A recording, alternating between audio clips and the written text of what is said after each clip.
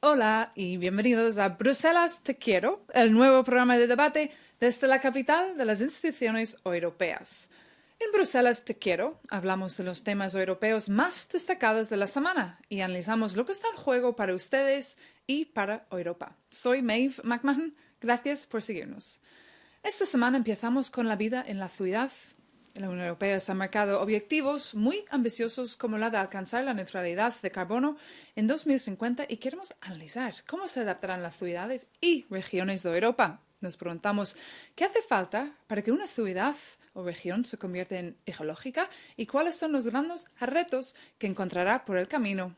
Y también queremos analizar cómo financiar este futuro respetuoso con el medio ambiente. La Unión Europea cuenta con un presupuesto muy importante para los próximos años. Miles de millones de euros destinados a las llamadas transiciones verde y digital.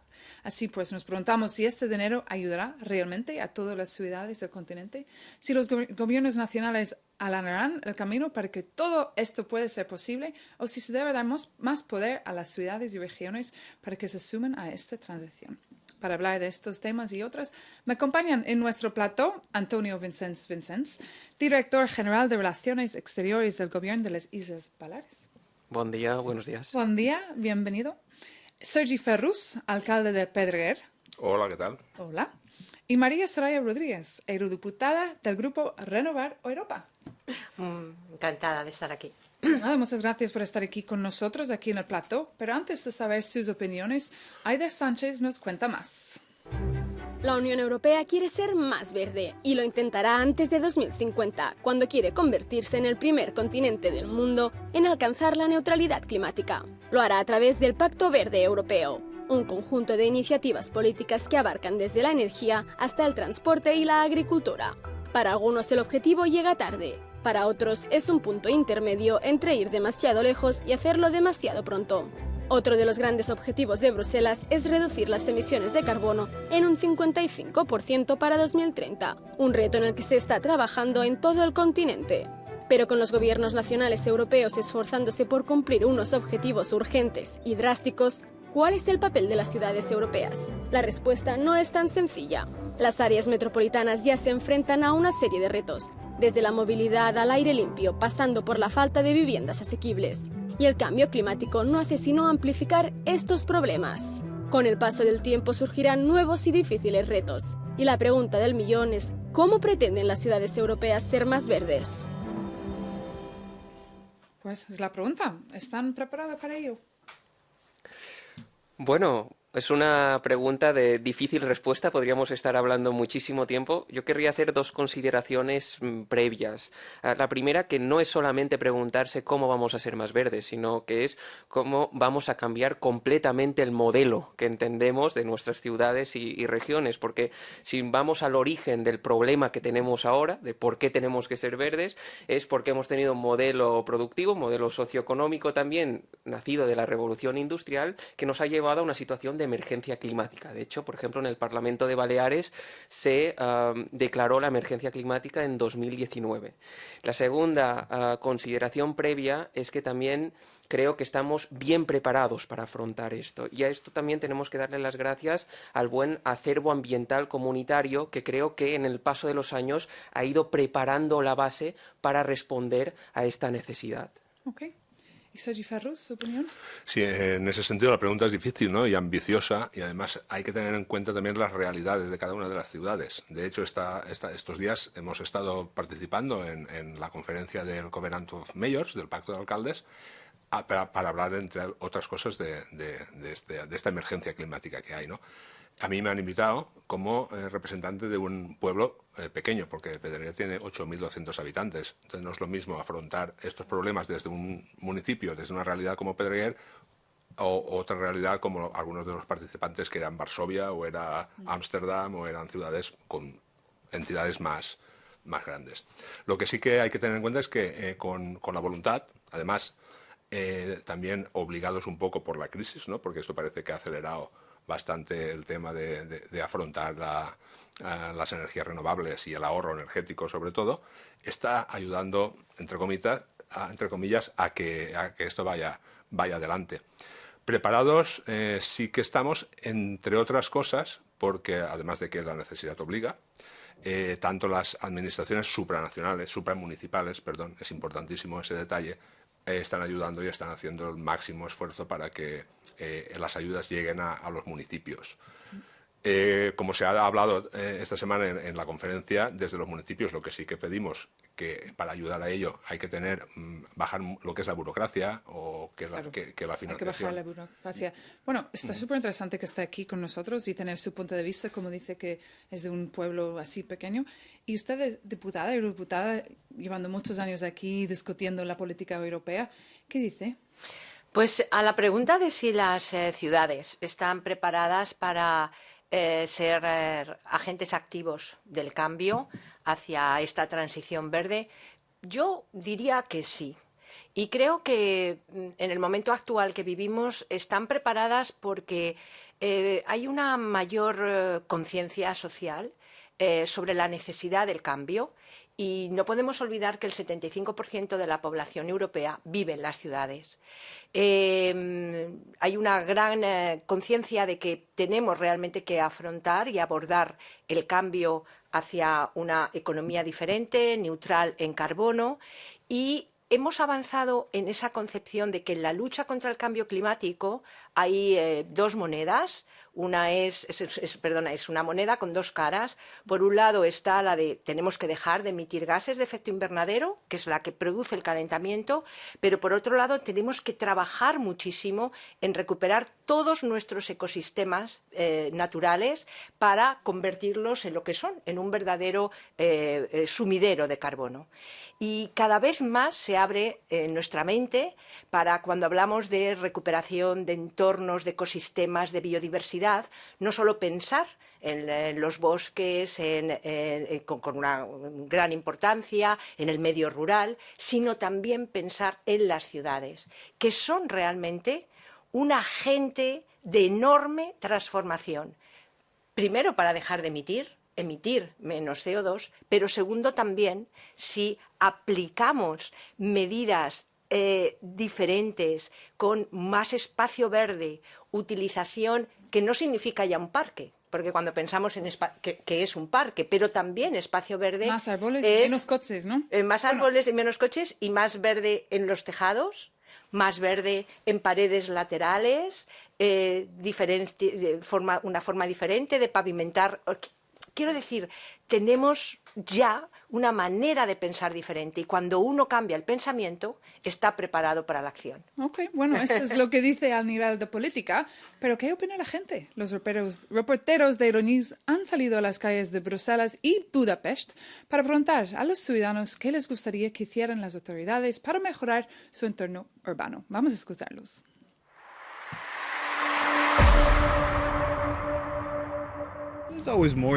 Siempre se puede hacer más, supongo. Una cosa que diría como expatriado, aunque sé que es algo difícil de cambiar, es la recogida de basura. Transporte público. Se puede hacer algo con el precio y quizás con las instalaciones como las plazas de parking a las afueras de la ciudad, porque no hay muchas plazas en las afueras de la ciudad. Podemos trabajar más para mejorar la gestión de los residuos y el reciclaje, un poco más de seguridad para los ciclistas también, pero veo que han hecho grandes mejoras, así que sigan trabajando así de bien.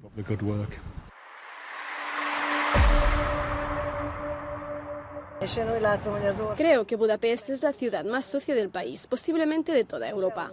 En primer lugar, habría que despedir al gobierno municipal. En segundo lugar, habría que educar a la gente desde la guardería para que no tire basura al suelo. Quiero más espacios abiertos, calles transitables y menos coches. Todo esto es un caos. Esta solución que hay aquí es terrible. Tenemos que cruzar el carril bici y no paran de venir como locos. Me gustaría ver más zonas con árboles y parques en el centro, en lugar de pavimentarlo todo. Pues mira, una muestra quizás de las tensiones que hay quizás entre los automovilistas, ciclistas, peatones. Esa es la realidad, ¿no? Sobre el terreno. Sí, me han gustado las intervenciones que han aparecido para hablar del tema, porque sí que es verdad que yo creo que hay dos cosas fundamentales. Por una parte es la implicación de la ciudadanía y por otra parte es la información y la educación desde pequeños y jóvenes.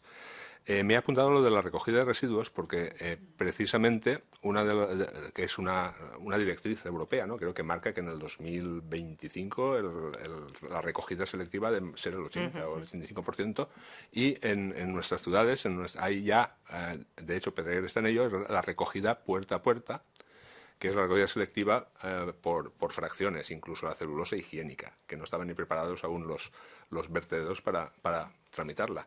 Y por otra parte la educación. La educación sí que es importante, implicar a los niños, a las niñas, y de retruque, que se dice en mi tierra, de retruque, a los padres, a las madres y a los centros educativos, por ejemplo. Claro, es que Bruselas también a veces es un poco sucia y se ve que la gente va tirando papeles por ahí sin pensar. Sí, yo creo que además en las diferentes intervenciones ha habido un mensaje que subyace, ¿no?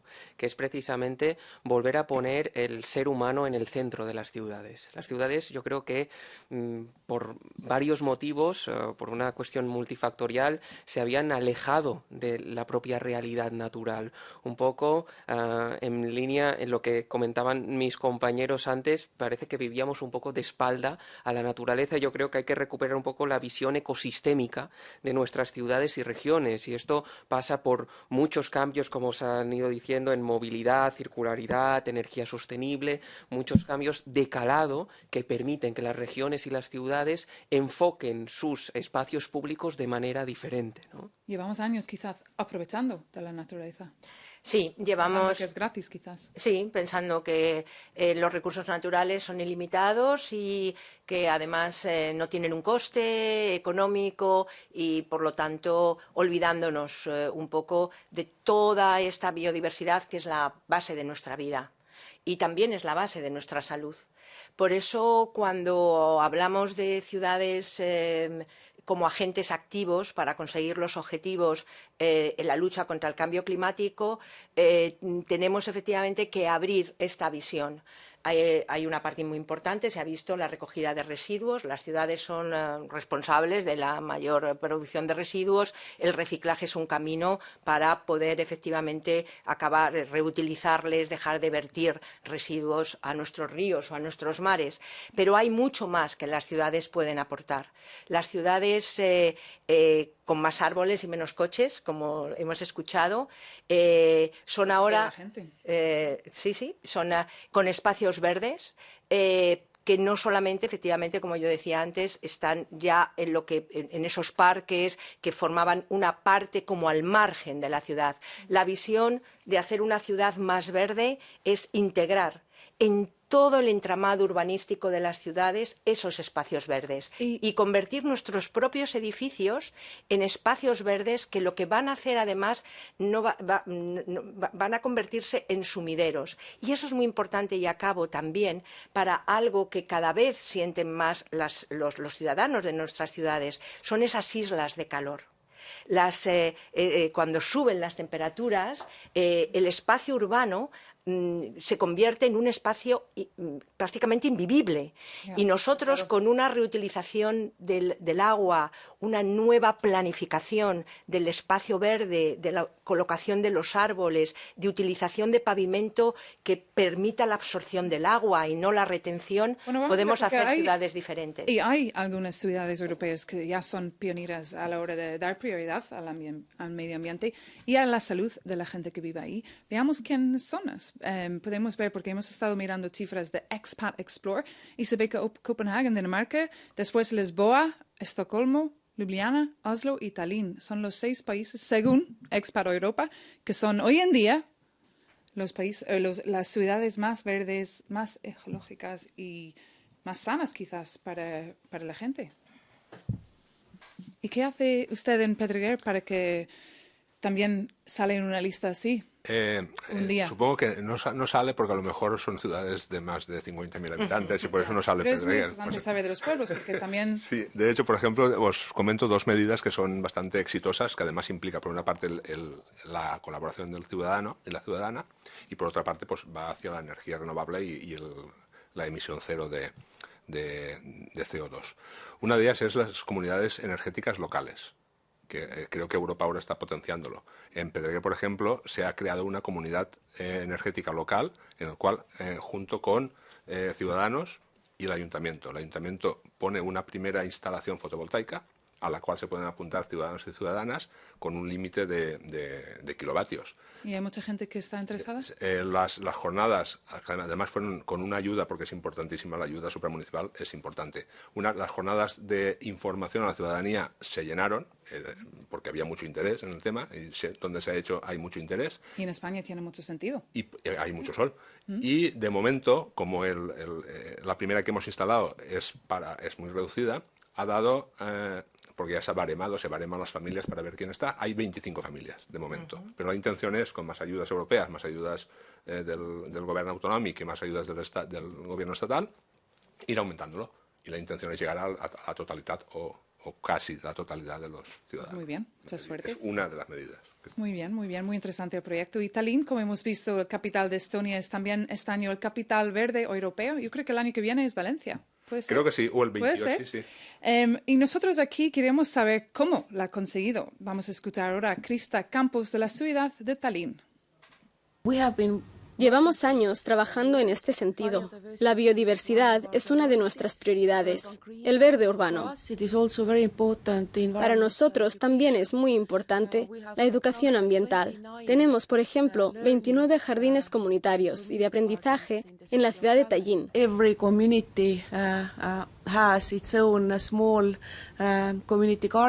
Cada barrio tiene su pequeño huerto comunitario donde cultivar sus alimentos. Y creo que también es importante para la salud, para la integración, para crear mejores vínculos entre personas de distintas nacionalidades. Krista Campos, ahí, ¿su reacción? Bueno, básicamente volvemos un poco al punto de inicio, ¿no? La necesidad de un cambio profundo en la manera de entender nuestros espacios públicos. Y también esto implica un cambio profundo entre la relación entre ciudad y el resto.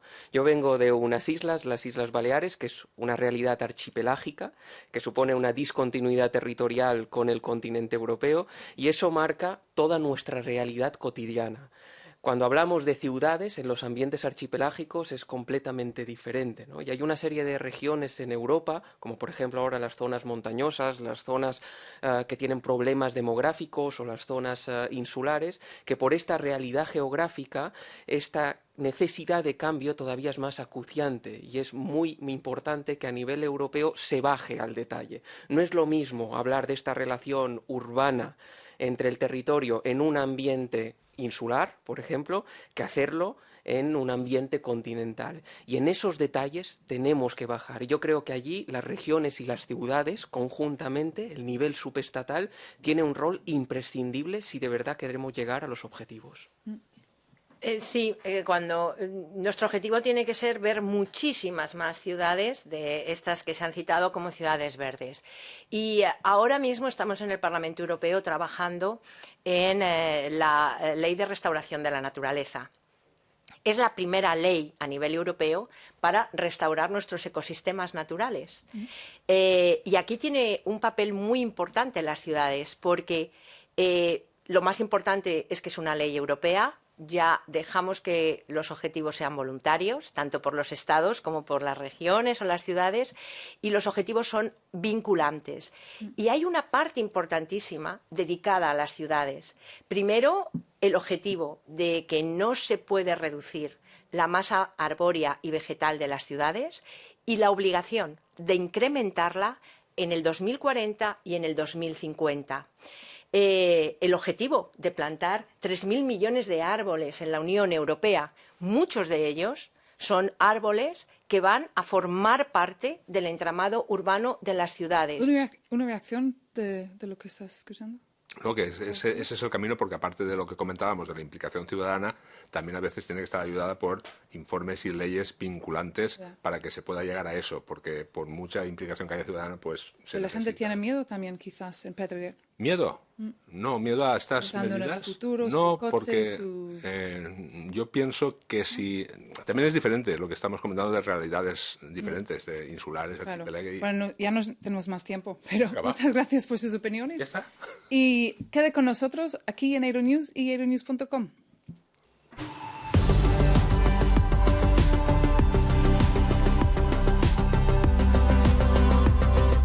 Bienvenidos de nuevo a Bruselas Te Quiero, donde estamos analizando cómo las ciudades y las regiones están cambiando parecido al clima y la salud de las personas por encima de todo.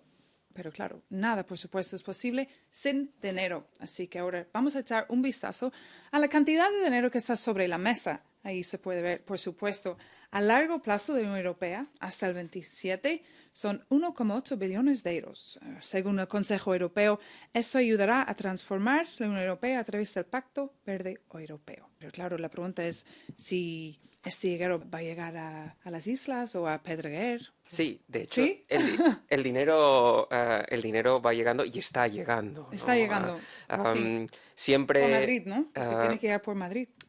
Más allá del recorrido que tenga que hacer el dinero para llegar, lo importante es que aquel eslogan histórico, ¿no? De piensa globalmente y actúa globalmente y actúa localmente, pase de ser un eslogan a ser verdaderamente el principio rector del cambio. Yo creo que eso es fundamental y eso implica, evidentemente, que las fuentes de financiación lleguen a los entes subestatales, tanto a nivel regional como a nivel local, pero también un cambio de paradigma a todos los niveles, ¿no? Por ejemplo, hablábamos mucho en el foco de las ciudades y pondré el ejemplo de los planes generales de las ciudades, que históricamente se habían percibido siempre como un elemento muy de urbanismo, ahora mismo contemplan una visión mucho más global. Hace relativamente poco se aprobó el nuevo Plan General de la ciudad de Palma y es una concepción completamente diferente de la ciudad, ¿no? Por lo tanto, también hemos invertido muchos papeles porque también ahora las ciudades están siendo también foco de un pensamiento global y cómo estructurar también todos sus alrededores. ¿Está de acuerdo con lo que está diciendo? Sí, en este caso ayudas hay bastantes, no solo de los fondos europeos, sino también a nivel de diputación provincial, a nivel estatal y a nivel autonómico. El problema que nos enfrentamos desde algunas realidades municipales es el tamaño de los recursos humanos.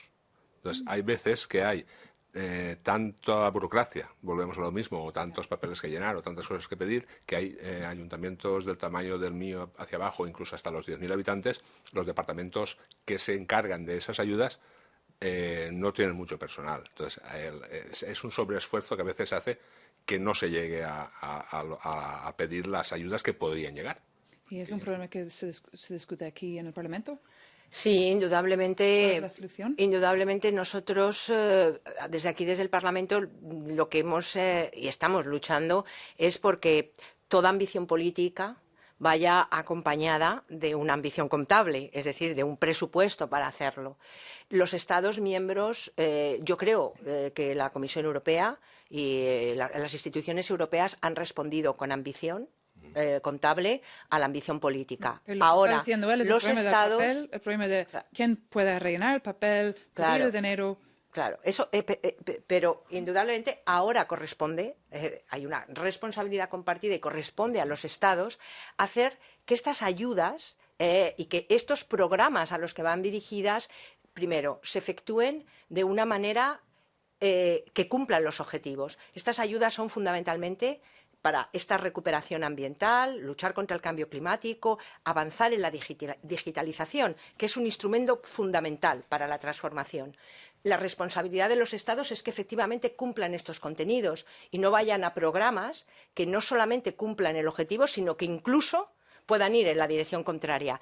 Y segundo, según la propia administración interna de cada país, que no son exactamente administrativamente igual. España tiene comunidades autónomas, otros países son más centralizados y tienen una relación diferente con las entidades locales, sean ágiles.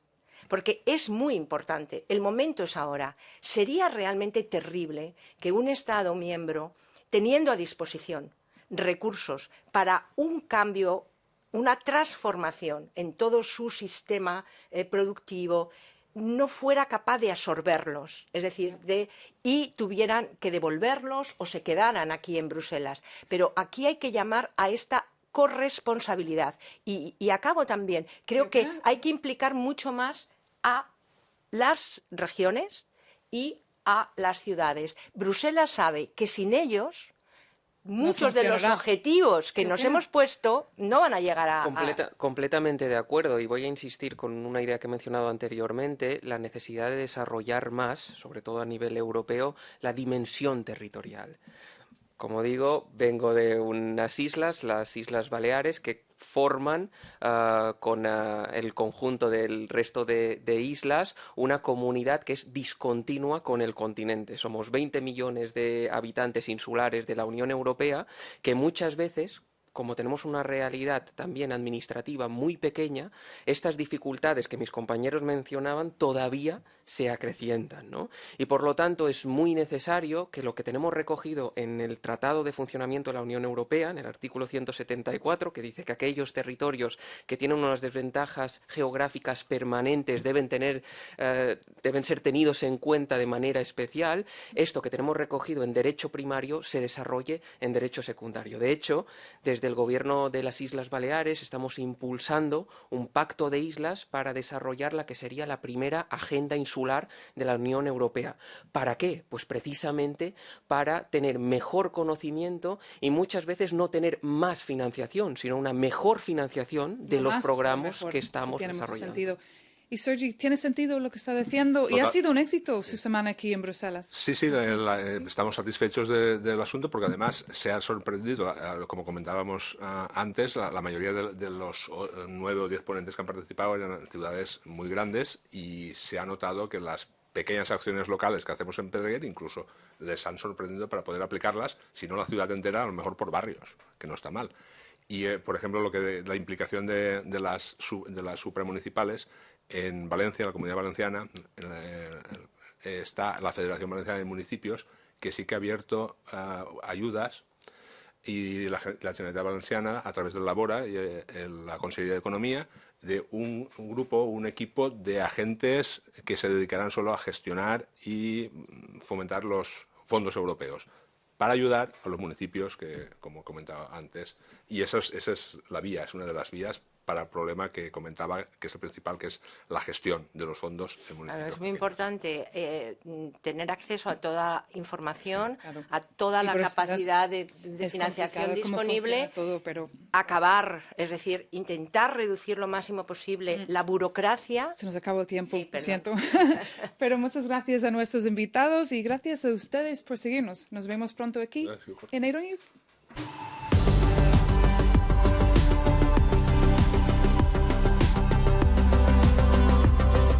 Bienvenidos de nuevo a Bruselas Te Quiero, donde estamos hablando de los retos que están afrontando las ciudades y las regiones en Europa. Y uno de ellos ha sido la acogida y la integración de los refugiados ucranianos, algo que para los alcaldes y los gobiernos de las comunidades autónomas no siempre ha sido fácil. Vamos a echar primero un vistazo a cuántos han llegado hasta ahora a Europa. Según la Agencia de la ONU para los Refugiados, en Polonia más de 1,5 millones, en Alemania más de 1 millón y en la República Checa cerca de 500. Así que, ¿qué opina? ¿Han recibido muchos refugiados en sus regiones y cómo han manejado la situación? Sí, España es el 5º país de la Unión Europea que ha recibido un mayor número de refugiados de esta guerra ilegal y cruel de Putin. Las comunidades autónomas que más han recibido son Valencia, Cataluña, Madrid y Andalucía, pero otras comunidades autónomas. ¿Hay algunos? En Pedreguer hay pocos. En Pedreguer, en la Comunidad Valenciana, básicamente ha sido desde Alicante hacia el sur, Torrevieja, que había más gente originaria de allí, entonces han recibido más refugiados. ¿Y en las islas? Sí, también un poco como el caso de Pedreguer, también la dificultad de la discontinuidad territorial, pero sí que también había una comunidad de gente de Ucrania ya residente inicialmente que ayudó un poco también a atraer la gente. Si se me permite... ¿Y qué tal fue entre la gente que vive allá ahí? Bien, porque además las ventajas de ser de un territorio que es altamente internacional es que se vive esta riqueza de la diversidad, ¿no? Y yo creo que si una cosa positiva podríamos sacar de una guerra ilegal, como ha comentado mi compañera de Putin, es precisamente que yo creo que saldremos reforzados en esta comunidad de valores. Yo creo que lo que nos deja claro es que no sabemos qué crisis nos van a sobrevenir en los próximos meses y años, pero lo que sí sabemos es quiénes serán siempre las primeras víctimas. Y las primeras víctimas siempre son las personas más vulnerables de nuestras ciudades y nuestras regiones y las personas que padecen directamente estos conflictos y estas catástrofes. Y yo creo que eso nos refuerza como comunidad de valores y nos permite afrontar las próximas crisis con mayor fuerza. ¿Estamos preparados aquí en Europa para cualquier crisis? Y yo creo que, en Europa, yo pienso que la pandemia del 2020 sirvió, no hay mal que por bien no venga, sirvió para ya reforzarse para otras crisis o otras catástrofes, como fue la guerra ilegal de Putin. Y, por ejemplo, ya se hicieron algunas medidas que fueran de colchón sanitario, social y económico de las personas más vulnerables, y por tanto, al llegar la de Ucrania, hemos estado más preparados además se volcó la gente enseguida, porque ya venía, ¿no?, de un... Sí, y sobre todo yo creo que en los primeros momentos terribles, con la mayor salida de refugiados de Ucrania, las ciudades demostraron un liderazgo en solidaridad muy grande. Eran desde las ciudades españolas, bueno, y europeas, pero de España que conocemos, donde la gente desde los ayuntamientos se organizaba la recogida de alimentos, recogida de ropa para enviar, la organización de autobuses para irles a recoger a frontera. Y luego quisiera señalar también que ese liderazgo de las ciudades también se ha demostrado dentro de Ucrania. Yo he estado en Ucrania hace 4 meses, estuve en Kiev, que fue una ciudad por la que pasaban muchísimos refugiados huyendo en los primeros meses de la guerra, y cómo nos mostraban desde la alcaldía cómo habían organizado, habilitado polideportivos, escuelas para recibir a todos esos niños, programas inmediatamente para asistir a los más pequeños que venían traumatizados. Entonces, creo que ese valor de liderazgo de las ciudades que movilizan, ¿no?, realmente lo mejor de la ciudadanía. Me temo que esto es todo que tenemos tiempo para hoy, pero muchas gracias a nuestros invitados por estar aquí con nosotros y a ustedes por seguirnos. Nos vemos pronto aquí en Euronews.